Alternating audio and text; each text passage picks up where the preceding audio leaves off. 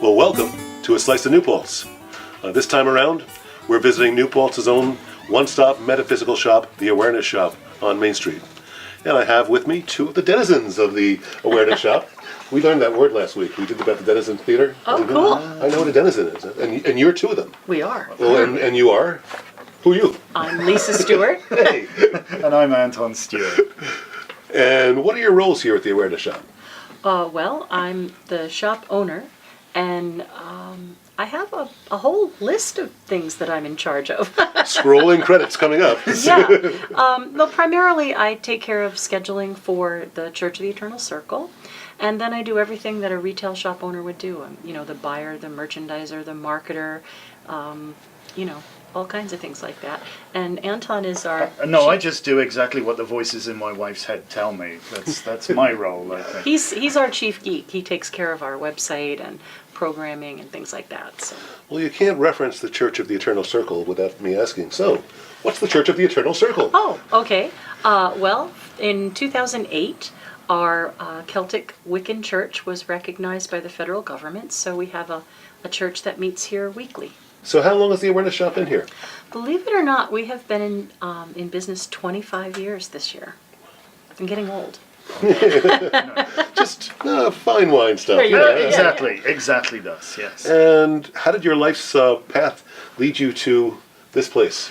Well, it's kind of interesting. It's almost like becoming a nun. It's not like you just wake up one day and decide, oh, I'm going to be a psychic, or I'm going to, be a witch. It kind of chooses you over time, and you start to do some research and follow a path that speaks to you. Oh, that's what I am. Oh, I get it. Yeah, it's kind of like that. It's not just an instant process. And then, my mom always said if you could do something you really love for a living, it won't be like work. And I really love helping people and counseling people and being around all the wonderful things that we have for sale. So. And what about you, Anton? Straight lines or? Oh, goodness gracious me, no, there are no straight lines here. Maybe circles, or better yet, spirals, I think, because you can definitely see from where you're standing. But as you go round each turn of the wheel, so to speak, you can look back on what you've learned and realise, you've gained a little more wisdom, perhaps. I've finally come to realise I now know there's an awful lot I just don't know. And normal is just a setting on your Oh, dryer. absolutely. But we love what we've become here, honestly, Don. We're like a place of safety in the village, almost like a cornerstone. So many people come here because it's like their little sanctuary. We really love everybody, regardless of what you look like, how you identify, who you love, how you worship. These things are just not important. We just embrace people here, and I think that's what sets us apart. It's a place where you can just come and suck up the good energy. You don't need to buy anything. There's a little thing on the porch that says leave your negativity here, and they can put their energy into the salt and come in clear, and sometimes they'll just come on their lunch hour to visit the crystals and kind of recenter. Tell us about some of the things that are for sale here. Well, it is a pretty unique place. A lot of the things that we sell aren't like just any other spiritual New Age shop. A lot of the things that we have here are unique to this store.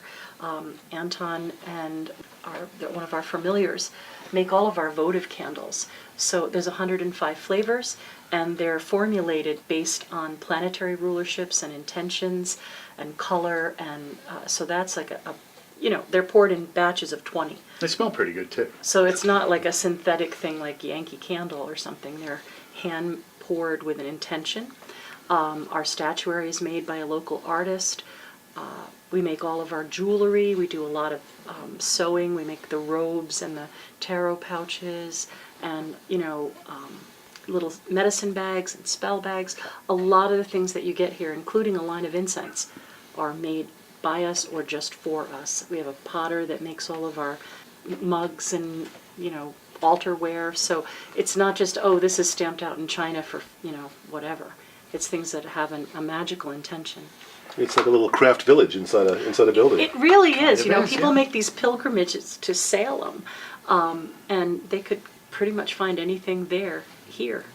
So the Awareness Shop is more than products. You also do consultations.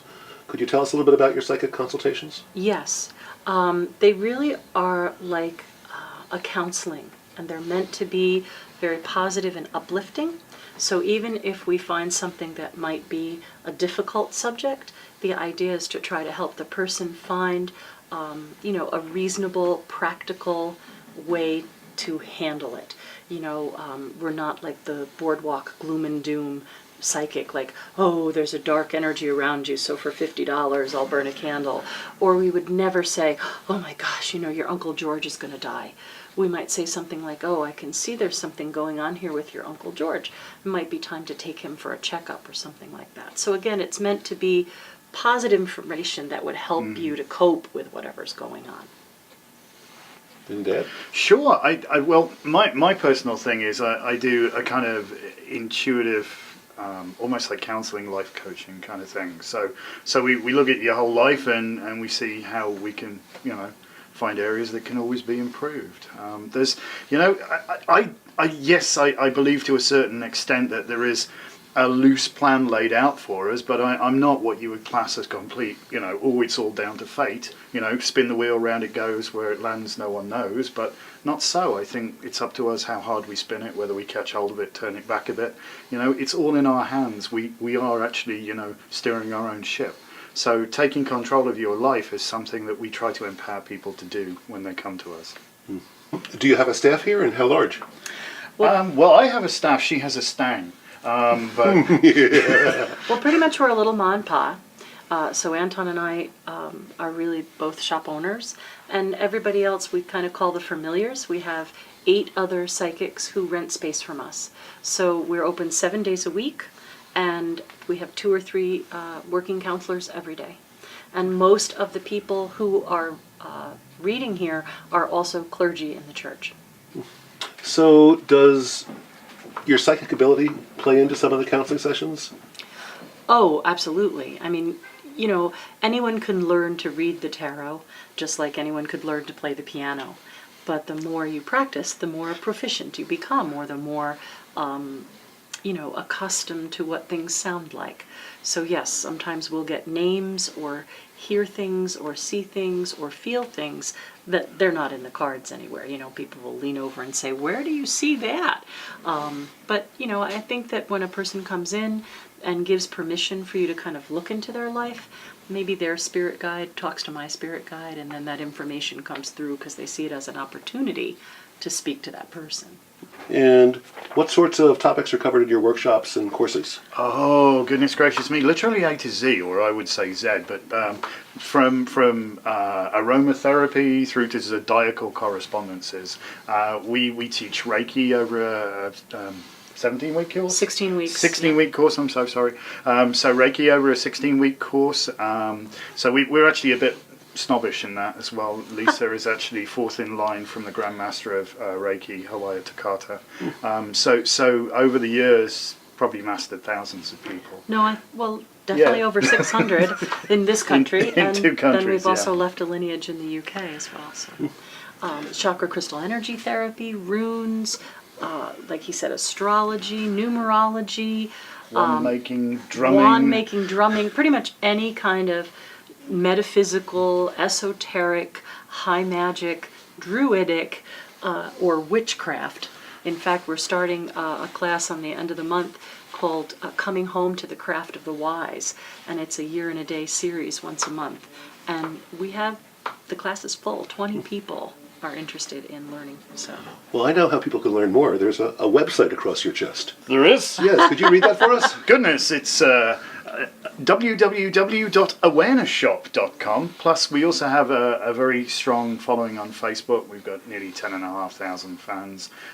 We have our own YouTube channel. We produce a video called The Broom, a video newsletter, which people are welcome to watch. Lisa also does Pearls of Wisdom from the Cauldron, which is a kind of more specifically orientated around the craft as well. That's available for people. Educational, so we're on Twitter and Google Plus, although apparently they're doing away with Google Plus, but your fault? Yeah, right. Maybe. It's usually most things are my fault. And all of our statuary is on got-deity.com. There you go. The statues have their own website. So when we first talked about doing this around Halloween time, I think you were a little concerned that we'd be asking about Halloween costumes and trick or treat and that sort of stuff. Yeah.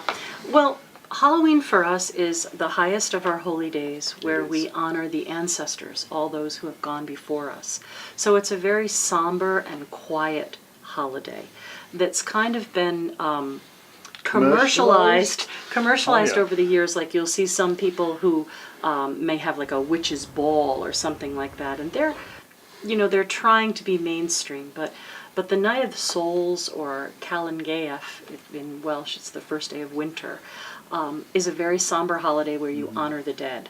So you have something called a dumb supper, where you actually sit a plate of food for your ancestors and yourself, and then you would make that plate an offering that goes outside later. So it's a very quiet, very somber holiday.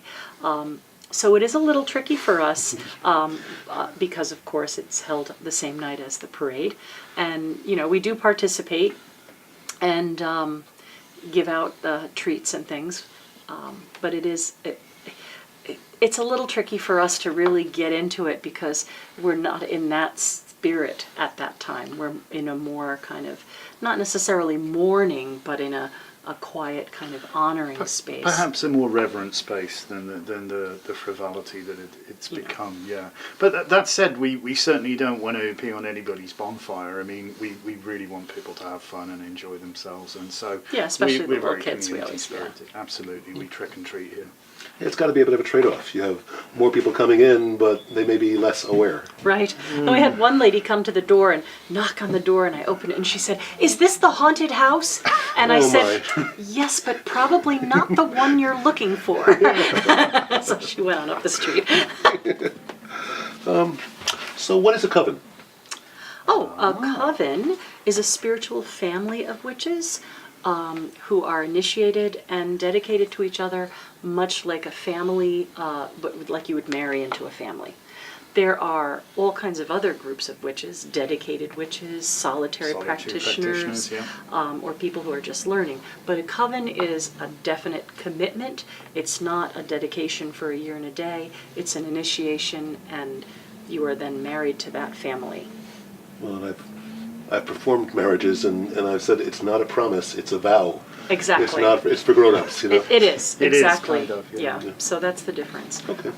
Well, the Awareness Shop sponsors a Witches Tea Party on Facebook. Could you tell us about that? I sure can.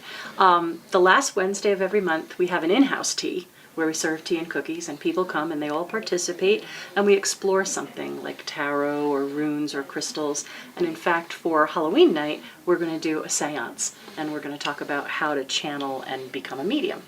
And then for the people who don't live locally or can't come in, we have a Facebook Witches Tea Party, and it's a group participation. So you would ask whoever's leading that to pull a card or a rune or a crystal or whatever it is, and then everybody reads for everybody else. I get the feeling that your shop is always a work in progress, that it's never done. Is that an accurate conception? She's always moving something, that's for sure, absolutely. Well, you have to keep things fresh and new and exciting for people, and once they've learned that or bought that or understand that, they want something new to explore. So yeah, we're always getting new things in, always working to find more knowledge, and I learn something every day too. So we got so much stuff now, we probably do need a bigger store. It gets a bit tight in here, but we could never leave here. We could never leave here. It is, it's interesting that our store, to those that don't know, we say it's a bit like platform 9 3/4. It appears when you're ready. So you might be walking by and go, "Oh, the Purple House, the Purple House." Everybody calls it the Purple House. And when you actually walk in through the door, you do a 180. I mean, it is 180 Main Street, but you do a 180. Yeah, People exactly. are blown away the first time they come in here. It's like, I didn't know this place had got all this stuff, so yeah. Right, or they think it's just psychic readings. They don't realize that there's a whole shop full of things to support someone who is on a spiritual path. And it really is funny to watch people's face when they come in and they go, "Oh." Or near the holidays when somebody sent somebody here to buy a gift card. Go and get me a gift card. And they come in and they're like, my daughter. I have no idea what this place is. Or people think it's an antique store because it's an old house. And they walk in and they're really shocked when they see it's not. What did we miss? So much. Anything we missed? Wow. Did we miss anything? Well, I don't know. We talked about our online presence. We definitely have a bunch of tools there for people who want to learn. There's just something new every day, so you got to keep checking back to that Broom, that Awareness Shop newsletter, and see what's going on. We undoubtedly will have missed something, but we just like come on in, and a stranger's only a friend we haven't made yet. So we'd love to meet our neighbours and come on in and say hi. So I'm with Anton and Lisa Stewart at the Awareness Shop, and New Paltz is a hotbed of people with full hearts and full spirits. And this is a place where you can come and you can find ways to tap into that. You can find ways to educate yourself. You can find ways to join something bigger than you. And it's been here for 25 years, and I hope it's here for another 25. Thanks for coming. So Morty, thank you so much. Thank you so much. Blessed be. Nice.